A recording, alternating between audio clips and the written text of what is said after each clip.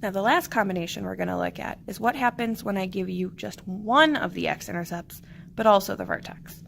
So what we are going to do to start is use the fact that we know that the vertex falls directly between the two x-intercepts to help us figure out what that missing one is, because we need both of them to be able to write this equation. So how I usually do this is I draw out a number line for myself. This is going to be kind of similar to what you saw drawn out on the chart at the beginning of the notes. So I always start by putting my vertex right in the middle. I'm only interested in the x pieces because that's what the intercept's all about.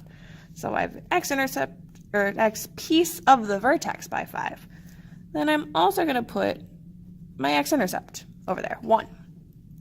So now I have to ask myself, how many jumps did it take me to get from that 5 to 1? Well, we had 4, 3, 2, 1. So we had 4 jumps. So I know we're going to need the same thing in the other direction to make it so that vertex is directly in the middle of the two intercepts. So we're going to have 6, 7, 8.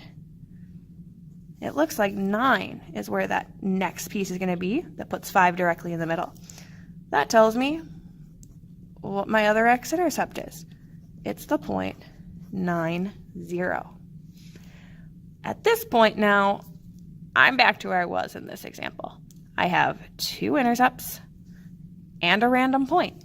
I never said the vertex couldn't be a random point, so we're going to use it as such.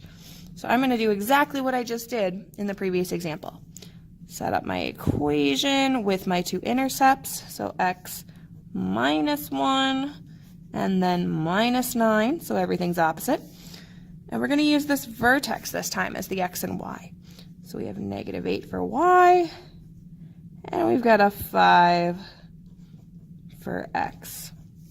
Now when I evaluate here, we've got 5 minus 1, that's 4.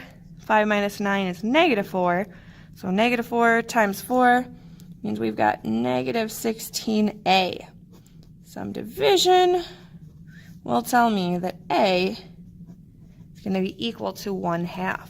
So I can put that together into my answer, 1/2, and then my intercepts, x minus 1 and x minus 9. So now that you've seen all 3 combinations, I have got 2 examples down below that have different combinations of information for you to use to write the equation in factored form.